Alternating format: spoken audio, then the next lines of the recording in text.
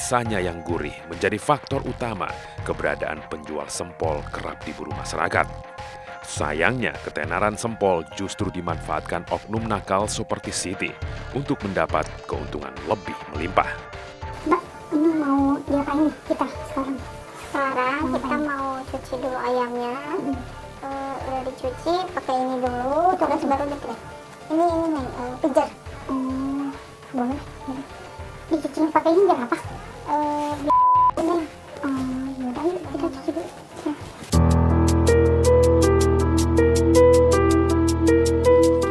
Setelah mencuci ayam, Siti membalurkan boraks ke seluruh bagian ayam dalam jumlah yang cukup banyak. Biasa ada takarannya nggak, Mbak? Nggak ada nih. Ini sampai aja dicuci sampai kayak garam aja gitu. Tapi itu rasanya nggak ngubah ya, Mbak? Enggak tuh. Emang selalu pakai boraks ya? Iya. Ayamnya jadi segar lagi nih. Tukang ayam juga suka pakai itu. Siti mengaku mulai menggunakan ayam tiren ketika pandemi turut menyerang bisnisnya yang menyebabkan omsetnya menurun. Sejak 2 tahun yang lalu, harga-harga juga mulai naik.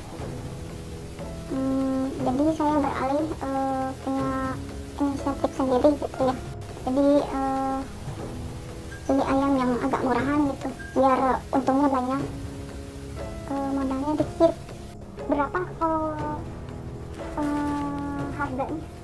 Harga ayam normal sama ini. Oh, yang ini mah kisaran 28, 30. Karena kan lagi mahal ya, biasanya 15. Itu kalau lagi murah mah, lagi ayamnya turun. Ayam tiren merupakan ayam yang mati bukan karena disembelih pada saat masih hidup. Biasanya, ayam tiren mati karena disebabkan daya tahan yang kurang baik selama perjalanan atau terkena penyakit. Kemudian sengaja disembelih untuk dijual di pasar.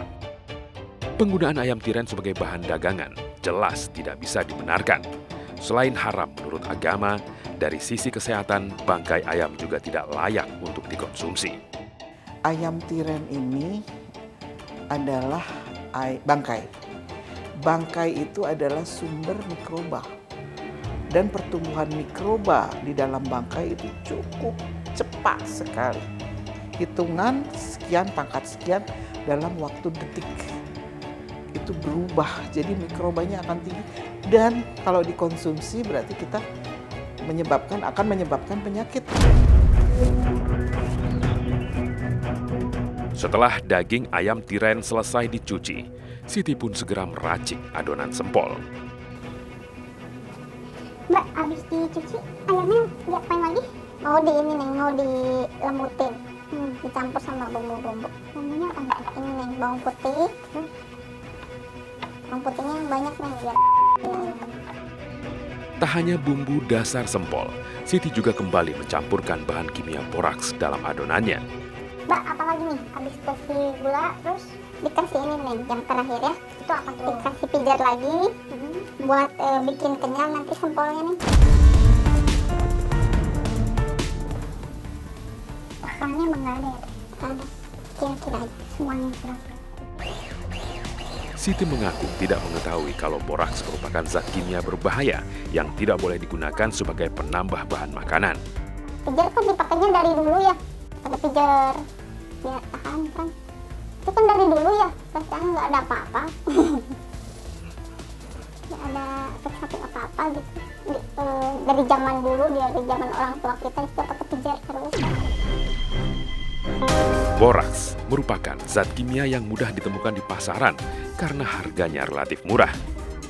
Jadi tidak heran banyak pedagang nakal menambahkan zat kimia satu ini untuk mendapatkan keuntungan yang sebanyak-banyaknya dengan modal usaha yang seminim mungkin. Boraks ini di pasaran itu ada berbagai nama ya, diantaranya bleng maupun pijar. Nah itu sama sekali tidak boleh dimasukkan ke dalam bahan pangan karena itu akan berdampak atau mengganggu kesehatan. Nah, diantaranya itu bisa mengganggu fungsi organ dari usus, hati, maupun ginjal. Atas dasar tersebut, pemerintah melarang penggunaan boraks dalam makanan. Berdasarkan Undang-Undang Nomor 18 Tahun 2012 tentang Pangan, Pedagang nakal yang menggunakan borak sebagai bahan tambahan pangan bisa dihukum pidana 5 tahun penjara atau denda paling banyak 10 miliar rupiah.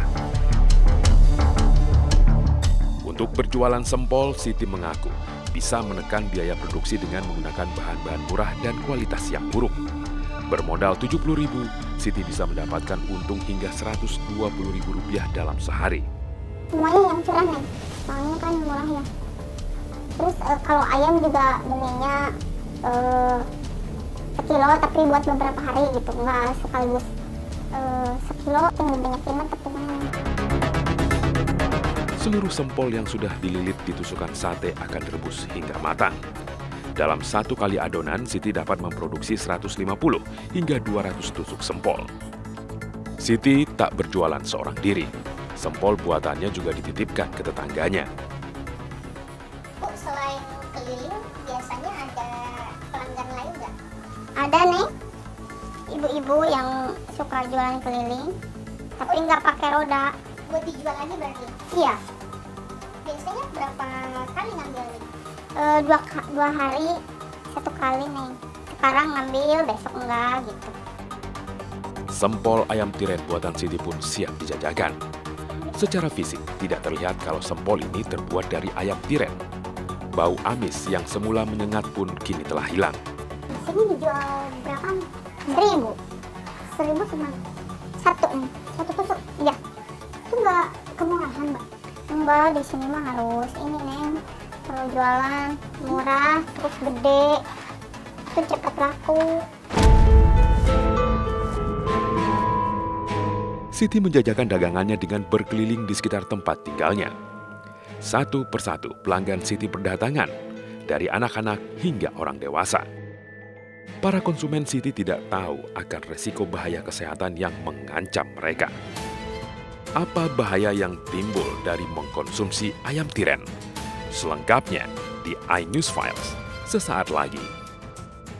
Dengan tidak keluarnya darah tersebut, begitu, nah itu juga kan bisa istilahnya sebagai media untuk mikroba itu tumbuh.